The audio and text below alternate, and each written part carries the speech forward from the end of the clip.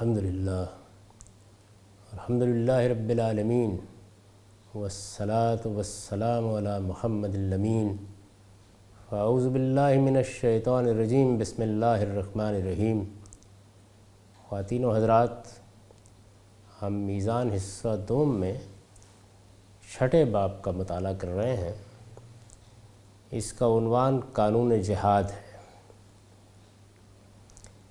یہ اس لحاظ سے ایک نہایت اہم باب ہے کہ دور حاضر میں اسلام کے جن احکام نے عالمی سطح پر مسائل پیدا کیے ہیں ان میں سے ایک جہاد اور قتال کا مسئلہ بھی ہے۔ میں نے اس باب میں ابتدا ہی میں ایک مختصر سا نوٹ نیچے لکھا ہے، وہ یہ ہے کہ جہاد کے معنی کسی جدوجہد میں پوری قوت صرف کر دینے کے ہیں۔ اس سے یہ تنبیہ مقصود ہے کہ جہاد کا لفظ قرآن مجید میں صرف قتال کے معنی میں استعمال نہیں ہوا۔ اصلاً اس کا مفہوم کسی جدوجہد میں اپنی قوت صرف کر دینے کا ہے، مجاہدہ کرنے کا ہے، کوشش کرنے کا ہے، آخری درجے کی کوشش کرنے کا ہے۔ قرآن مجید سے معلوم ہوتا ہے کہ اس میں دعوت دین کو جہاد کبیر قرار دیا گیا ہے۔ چنانچہ ارشاد فرمایا ہے کہ وَجَاهِدْ بِهِ جِهَادًا كَبِيرًا۔ یہ قرآن ہاتھ میں لیجئے اور اس کے ذریعے سے جہاد کبیر کیجئے۔ اسی طرح متعدد مقامات پر یہ اسی مفہوم میں استعمال ہوا ہے جس کی طرف میں نے اشارہ کیا، یعنی جدوجہد کیجئے، اپنی پوری کوشش صرف کیجئے، اس کو اپنی مساعی کا ہدف بنا لیجئے۔ ان مفاہیم میں یہ استعمال ہوتا ہے۔ اسی میں ایک پہلو قتال کا بھی ہے۔ اس لحاظ سے یہ کہا جا سکتا ہے کہ میں نے اس کے لیے قانون قتال کا عنوان کیوں انتخاب نہیں کر لیا۔ اس کی وجہ یہ ہے کہ یہ تعبیر یا یہ اصطلاح اب بہت عام ہو چکی ہے، اور جنگ کے معنی میں، قتال کے معنی میں ہر شخص کی زبان پر ہے، تو اس کو قرآن مجید نے بھی اس مفہوم میں استعمال کیا ہے۔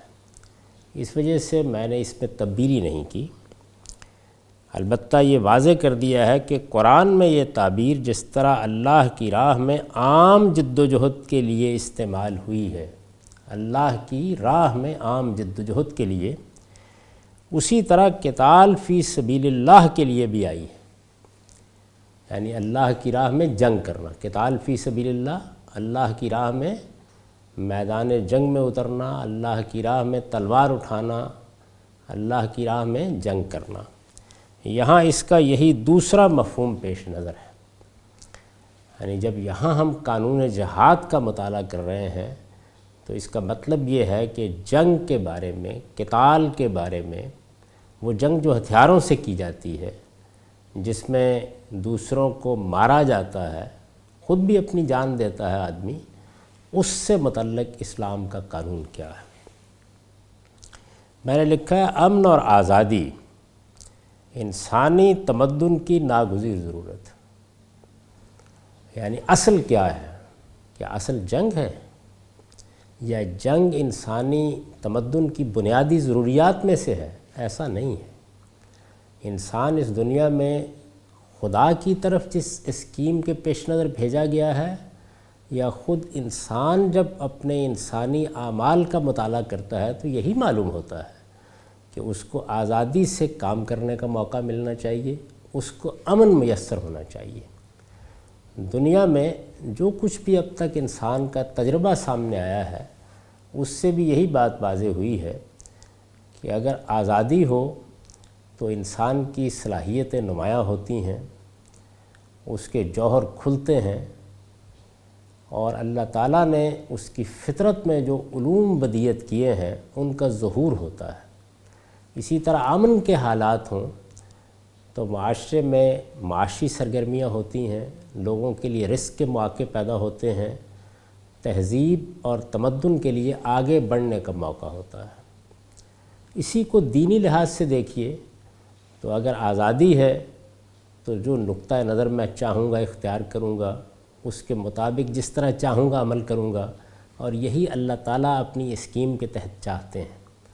چنانچہ انہوں نے یہ فرمایا ہے کہ میں اس پر قدرت رکھتا تھا، میں انسانوں کا خالق ہوں کہ ان کو میں ایک ہی دین پر پیدا کر دیتا، یا وہ اگر انحراف کرتے تو ان کو بالجبر انحراف سے روک دیتا، لیکن میں نے ایسا نہیں کیا۔ چنانچہ اعلان کیا ہے کہ لا اکراہ فی الدین، دین کے معاملے میں نے کوئی جبر روا نہیں رکھا، البتہ یہ طریقہ اختیار کیا ہے کہ قد تبین الرشد من الغی، کہ ہدایت کو گمراہی سے بالکل الگ کر دیا ہے۔ اور جب ہدایت اور گمراہی بالکل نمایاں ہو کر سامنے آ گئی ہے تو اس کے بعد یہ ضروری ہے کہ انسان کو وہ آزادی حاصل ہو کہ وہ ان میں سے جس راستے کا چاہے انتخاب کرے۔ اسی آزادی کو اس طرح بھی تعبیر کیا ہے کہ اما شاکرم و اما کفورا، انسان کے لیے دنیا میں دونوں راستے کھلے ہوئے ہیں، وہ چاہے تو اپنے پروردگار کا شکر گزار بندہ بن کر رہے، اور چاہے تو وہ اپنے پروردگار کی ناشکری کا رویہ اختیار کر لے۔ اور اسی کو اس طرح واضح کیا ہے کہ ہدینہ السبیل، اور اسی کو اس طرح واضح کیا ہے کہ ہدینہ النجدین، دونوں راستے کھول دیے ہیں، راستہ واضح کر دیا ہے، انتخاب انسان کے پاس ہے۔ اس انتخاب کے لیے بھی یہ ضروری ہے کہ انسان کو امن میسر ہو، کیونکہ اسی میں زندگی کی وہ تمام سرگرمیاں وجود میں آئیں گی جس سے یہ اندازہ ہوگا کہ انسان نے کیا رائے اختیار کی، کیا رویے اپنائے، اور وہ یہاں کیا کاشت کر کے اس کا حاصل لینے کے لیے اپنے پروردگار کے حضور میں حاضر ہوا ہے۔ امن اور آزادی انسانی تمدن کی ناگزیر ضرورت ہے، یعنی اس کا مطلب یہ ہے کہ مجھے، آپ کو، ہر شخص کو اس کی پوری کوشش کرنی ہے کہ دنیا میں امن رہے، انسان کی آزادی پر کوئی قدغن نہ ہو، لیکن ایسا ہوتا نہیں۔ انسان کے اندر ہی وہ چیز موجود ہے اور فطرت ہی میں ودیت کر دی گئی ہے کہ جس سے فساد اور سرکشی وجود میں آ جاتی ہے۔ یہ اسی آزادی کا ثمرہ ہے، یعنی جب آزادی دی گئی ہے کہ وہ جس راستے کا چاہے انتخاب کر لے، اور پھر اس کے لیے راہیں بھی کھول دی گئی ہیں اور اس کو دنیا میں اقتدار بھی دے دیا گیا ہے، تو اس کے نتیجے میں فساد پیدا ہو جاتا ہے۔ اسی اندیشے کا ذکر کیا تھا فرشتوں نے، میں آگے جا کر اس کی وضاحت کروں گا۔ امن اور آزادی انسانی تمدن کی ناگزیر ضرورت ہے، فرد کی سرکشی سے اس کی حفاظت کے لیے تادیب اور سزائیں ہیں۔ انسانی جان، انسانی مال اور انسانی آبرو کو حرمت حاصل ہے۔ اللہ تعالیٰ ہرگز یہ اجازت نہیں دیتے کہ کوئی فرد، کوئی معاشرہ، کوئی نظم اجتماعی، کوئی ریاست انسان کی جان، مال یا آبرو کے خلاف ادنیٰ تعدی بھی کرے۔ اس کا حق کسی کو حاصل نہیں ہے۔ یہ جو اقوام متحدہ کا انسانی حقوق کا منشور ہے، وہ اصل میں اسی بنیادی اصول سے وجود پذیر ہوا ہے۔ اللہ تعالیٰ نے یہ حرمت عطا کر کے انسان کو اس دنیا میں بھیجا ہے۔ یہ انسانیت کا بھی متفقہ فیصلہ ہے، اور اللہ کے پیغمبر نے بھی، آپ کو معلوم ہے کہ آخری خطبے میں یہی حقیقت واضح فرمائی تھی اور اعلان کیا تھا کہ ان دماءکم و اموالکم و اعراضکم حرام علیکم کا حرمت یومکم ھذا فی بلدکم ھذا فی شہرکم ھذا، یعنی تمہارے جان اور تمہارے مال اور تمہاری آبروئیں یہ تمہارے درمیان حرمت رکھتی ہیں، ایسی حرمت جیسے یہ یوم النحر رکھتا ہے تمہارے اس شہر میں، تمہارے اس مہینے میں۔ اس حرمت کو اسی وقت پامال کرنے کی اجازت حاصل ہوتی ہے جب کوئی فرد خود ان میں سے کسی چیز کے خلاف کوئی اقدام کر ڈالتا ہے، یعنی یا جان کے خلاف، یا مال کے خلاف، یا آبرو کے خلاف۔ اس کو سرکشی سے تعبیر کیا جاتا ہے، یعنی انسان نے کیا کیا بجائے اس کے کہ وہ امن اور آزادی کے ساتھ خود بھی زندگی بسر کرتا اور دوسروں کو بھی بسر کرنے دیتا، اس نے سرکش ہو کر دوسروں کی آزادی کو، دوسروں کے امن کو خراب کرنا چاہا ہے۔ یہ چیز جب پیدا ہوتی ہے تو پھر یہ ضرورت انسانی تمدن کی ضرورت بن جاتی ہے کہ تادیب اور سزا کا طریقہ اختیار کیا جائے۔ اس پر پوری دنیا کا اجماع ہے۔ انسان کے اخلاقی شعور نے ہمیشہ وہ نظم قائم کرنے کی کوشش کی ہے جس میں اس سرکشی سے امن اور آزادی کی حفاظت کی جا سکے۔ سرکشی سے امن اور آزادی کی حفاظت ہی کے لیے ریاست کا نظم قبول کیا گیا ہے، ورنہ انسان کیوں چاہے گا کہ کچھ لوگ اس کے اوپر حکمران بن کے بیٹھ جائیں اور پولیس کا ایک نظام قائم ہو اور پکڑ دھکڑ کرنے کے لیے لوگ آ سکتے ہوں۔ یہ اسی لیے گوارا کیا گیا کہ انسان کو امن اور آزادی کی حفاظت کرنی ہے، اور پھر اسی سے عدالت اور قانون کا تصور پیدا ہوا، اور یہ بحث پیدا ہوئی کہ ریاست کے یا نظم اجتماعی کے کیا اختیارات ہیں۔ تادیب اور سزائیں انسان نے بھی اختیار کیں، اور اللہ تعالیٰ نے جب اپنی شریعت یا اپنا قانون دیا تو اس میں بھی کچھ جرائم کے لیے سزائیں مقرر کی گئیں، ہم ان کا مطالعہ کر چکے ہیں۔ فرد کی سرکشی سے اس کی حفاظت کے لیے تادیب اور سزائیں ہیں، لیکن قومیں شوریدہ سر ہو جائیں، یعنی قوموں کو جنون لاحق ہو جائے، قوموں پر دیوانگی کا دورہ پڑ جائے، وہ سرکشی اختیار کر لیں۔ فرد کی سرکشی کس طرح ہوتی ہے؟ یعنی کسی معاشرے میں، کسی منظم ریاست میں، کسی نظم اجتماعی میں ایک فرد کسی کو قتل کر دیتا ہے، کسی کا مال چرا لیتا ہے، کسی کی آبرو پر حملہ آور ہو جاتا ہے، تو اس کے لیے قانون میں سزائیں مقرر کی جاتی ہیں۔ ان سے مقصود یہ ہوتا ہے کہ دوسروں کو عبرت ہو، اس شخص کی تادیب ہو۔ لیکن اگر یہ جرم قوموں سے سرزد ہو جائے، یعنی ایک چیز تو یہ ہے کہ ایک ریاست کا نظم ہے جس میں کوئی ایک فرد، چند افراد، کوئی ایک جتھا اس نوعیت کے کسی جرم کا ارتکاب کرتا ہے، ایک پوری کی پوری قوم جرائم پیشہ ہو جائے یا لوگوں کی جان، مال، آبرو کے خلاف ظلم و عدوان کا ارتکاب کرنے لگ جائے، تو اب کیا کیا جائے؟ لیکن اگر قومیں شوریدہ سر ہو جائیں تو ہر شخص جانتا ہے کہ ان کے خلاف تلوار اٹھانے کے سوا کوئی چارہ نہیں ہوتا، یعنی پھر اس کے سوا کوئی چارہ نہیں ہوتا کہ جس طریقے سے ایک قوم نے سرکشی اختیار کر کے امن اور آزادی کو خطرے میں ڈال دیا ہے، خواہ اس نے اپنے ہاں اس امن اور آزادی کو خطرے میں ڈال دیا ہو یا کسی دوسری قوم کے خلاف کوئی اقدام کیا ہو، دونوں صورتوں میں انسان کا اجتماعی ضمیر بھی اس بات کو مانتا ہے اور خدا کا قانون بھی اس کو مانتا ہے کہ اب کوئی چارہ نہیں رہا کہ اس قوم کی سرکشی کا علاج کیا جائے۔ نصیحت اور تلقین جب تک کارگر ہو، تلوار اٹھانے کو کوئی شخص بھی جائز قرار نہ دے گا۔ یعنی ایسا نہیں ہوتا کہ پہلے ہی مرحلے میں ہم کو حق حاصل ہو جاتا ہے۔ اس وقت بھی دنیا میں جو نظم قائم کیا گیا ہے اقوام متحدہ کے تحت، اس میں حکمران آگے بڑھتے ہیں، اجتماعی ادارے آگے بڑھتے ہیں اور سمجھانے کی کوشش کی جاتی ہے۔ یہ سمجھانے کی کوشش کتنی ہونی چاہیے، کہاں تک ہونی چاہیے، میں بھی یہی کہوں گا، اور ہر وہ شخص کے جس کو امن اور آزادی عزیز ہے وہ یہی کہے گا کہ آخری حد تک ہونی چاہیے۔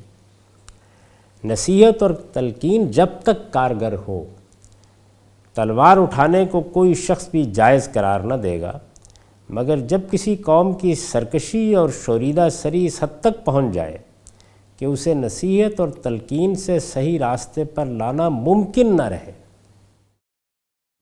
یعنی سمجھانے کی کوشش کی گئی، ہمسایوں نے بھی کی، ارد گرد کے ممالک نے بھی کی، دنیا کی قوموں نے بھی کی، لیکن کوئی نتیجہ نہیں نکلا۔ ایک قوم، اس کی قیادت سب سرکشی پر آمادہ ہے۔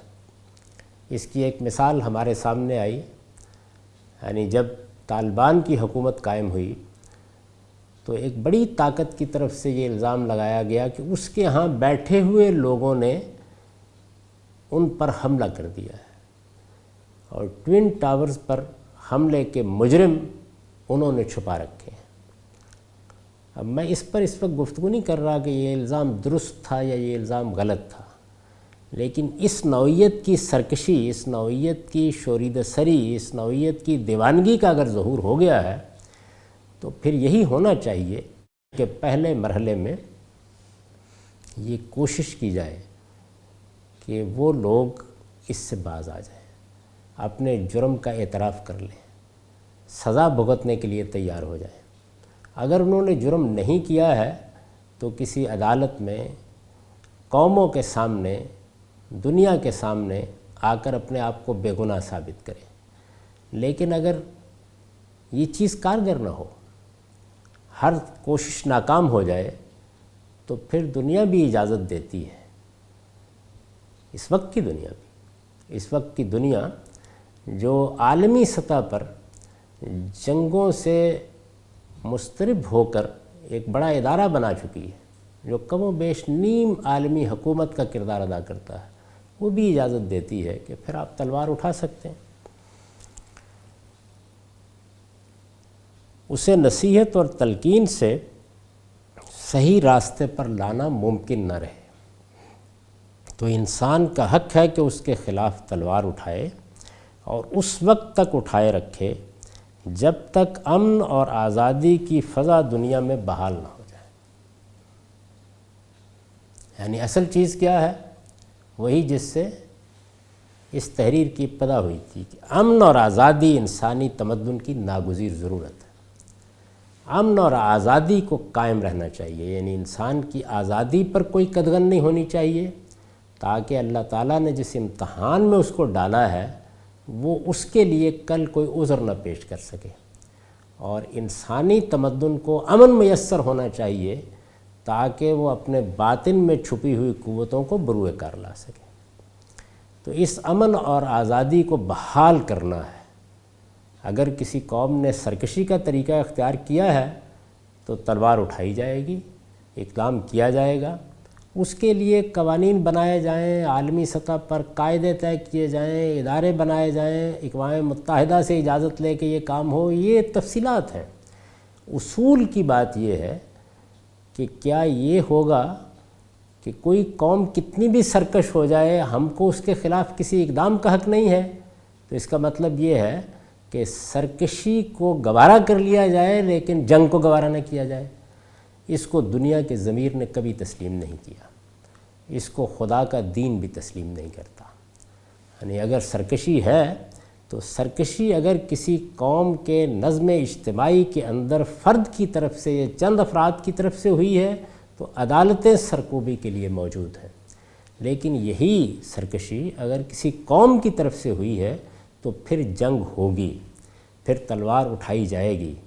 تلقین اور نصیحت اگر کارگر ہے تو بہت اچھی بات ہے، لیکن اگر وہ کارگر نہیں ہوئی اور بار بار کی کوشش کے باوجود کارگر نہیں ہوئی تو سرکشی کی سزا اس قوم کو دی جائے گی۔